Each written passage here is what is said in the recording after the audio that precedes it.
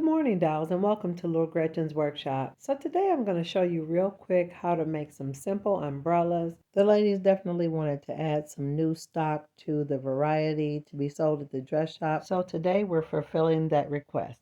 Now I'm going to show you that the look can be quite different depending on how tightly you wrap them. So I'm going to go ahead and create two and demonstrate what I mean. Now when working with fabric, I really do like the Aleene's tacky glue.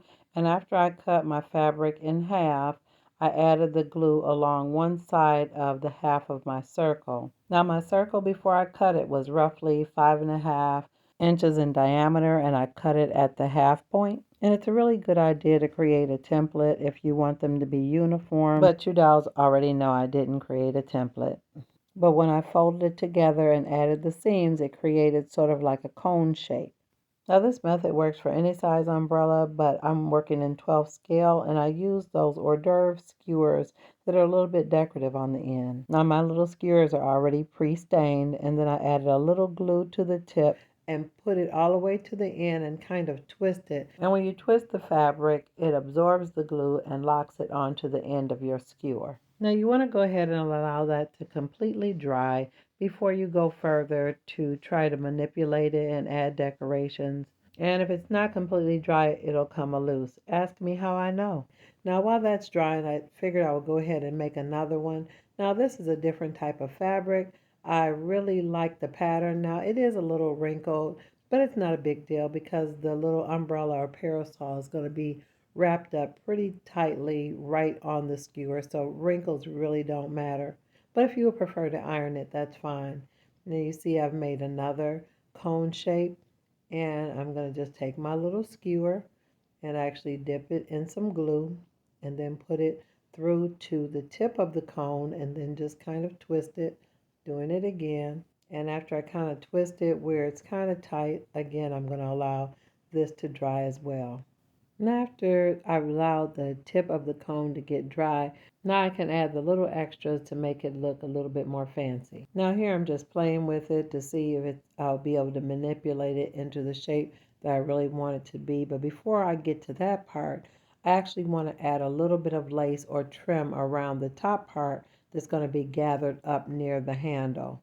So I actually had this really nice piece of ribbon that was given to me by one of my precious dolls. So in order to add it to the top edge of the parasol, I just added a little bit of my Aleene's tacky glue and then laid the ribbon right into the glue. Now Aleene's is really nice for working with fabrics, and you put your ribbon on and just press it right into it.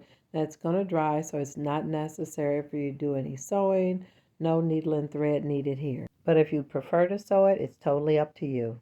Now you're definitely going to want to do this little by little. Don't try to put glue all the way around. Do it every 2 inches or so and you'll get around pretty quickly. You definitely don't want to over glue, and you just lay the ribbon right into it, and you're going to want to allow this to dry completely before you do your gathers at the top of your parasol. Now while this one is drying, I'm going to go ahead and add the lace to the little floral one. Now I've got this really amazing lace, and honestly, dolls, it has been some of the most incredible lace that I've ever had for working with miniatures. One of my dolls gave me this as well. I can't remember which one of you dolls gave it to me, but if anybody recognizes this lace and you can tell me where to find some or where you got it, I would love to know, because it is perfect for miniatures. I really, really like it. Now, it's kind of made of some type of, seems like some type of nylon or synthetic fabric, but for the purposes that I need it, it just works out so well. And you see me, again, just laying it right into the glue at the top of this parasol, or top of your umbrella, and I'm just trimming the edge and just causing it to kind of overlap. And again, you want to allow this to dry completely before you do the gathers at the top of your umbrella, because you don't want the lace unsticking while you're trying to create your gathers. So let those two sit aside and dry a moment. So now that the trim is dry, we can go ahead and start making it really look like a parasol or umbrella. Now keep in mind, dolls, these parasols or umbrellas do not open. They're for decorative purposes only, and they are not functional. Now some people actually use a stitch to gather their umbrellas or parasols at the top. I literally just wrap thread around them because I can make it just as gathered and I don't have to worry about breaking the stitch. But take time to arrange your ruffles because I want them to look nice and full and puffy, almost like a flower. And after I've arranged them, I wrapped a piece of thread around them several times to bind them together. Now the thread is going to stay there permanently. I actually tied a knot, but you can kind of adjust it and push it up to get it to sit tighter at the top of the stick. Now, after you've got it positioned where you want it, you want to definitely either wrap it super tight and tie it, or you can glue it to keep it closed. Now, in this frame, I actually tied mine and I did not use glue, but it's not a bad idea to add a dot of glue on top of the knot. Now, after you secure your thread to bind up the gathers at the top, you'll want to trim off any excess because you don't want strings hanging, but this is the basic of your umbrella. Now there are all type of things you can do to embellish it and make it more fancy. So I'm going to show you a couple of things that I did. Now here I'm just binding off the other parasol. Now this one, the fabric is a little bit thinner, so it laid tighter, and this one's a little poofier. So you can get multiple different types of shape depending on how much fabric you use and how thick and full the body of the fabric is. And both of these turned out lovely, I think. They have just a different profile or silhouette based on how tightly you wrap the fabric, or also the body and weight of the fabric. Now you can see here that the handles are the natural wood color, and I think they're perfect for this project because they're like little notches cut out at the top. So there are any number of things you can do to make that look a little bit more interesting.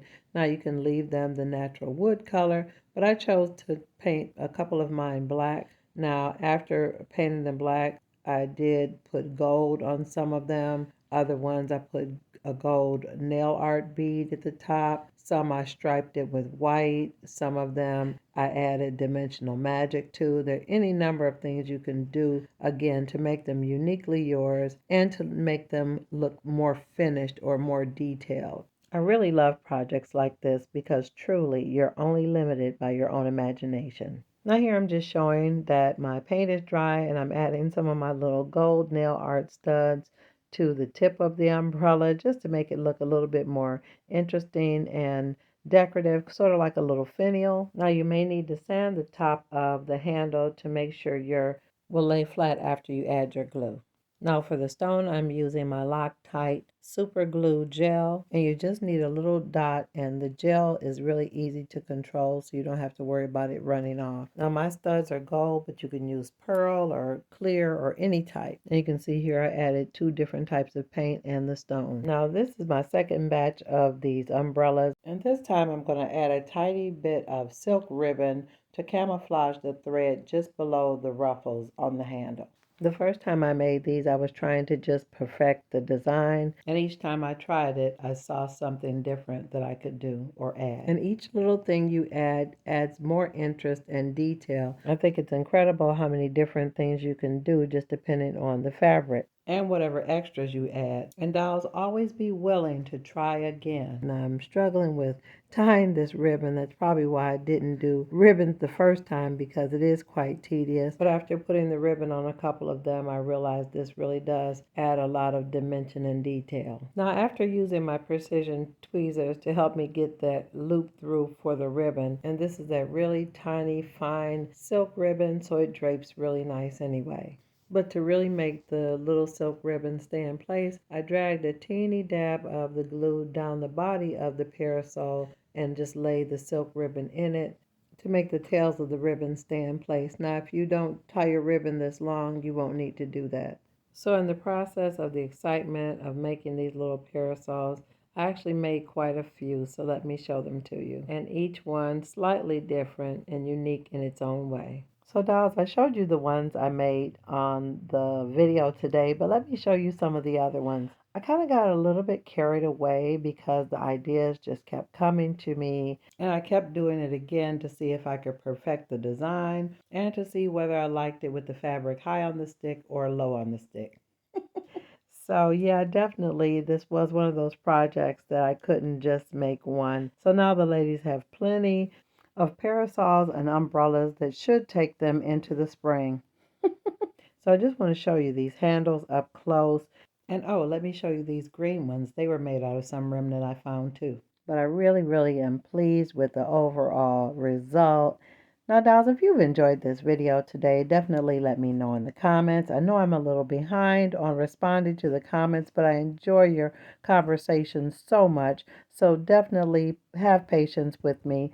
And if you ever have a pressing question that can't wait for me to respond in the comments, reach out to me via email. So let me gather these things together so I can prepare to put them in the new dress shop. And before I leave, I just want to give a warm welcome to all my new subscribers. I'm really excited that you've chosen to be one of my precious dolls. And also a special thank you for those of you who've been with me since the beginning. You know I appreciate you. And even if you haven't subscribed but you're watching, I want you to know I appreciate you as well. And I'm looking forward to seeing you all on the next episode of Little Gretchen's Workshop. Bye-bye now, dolls.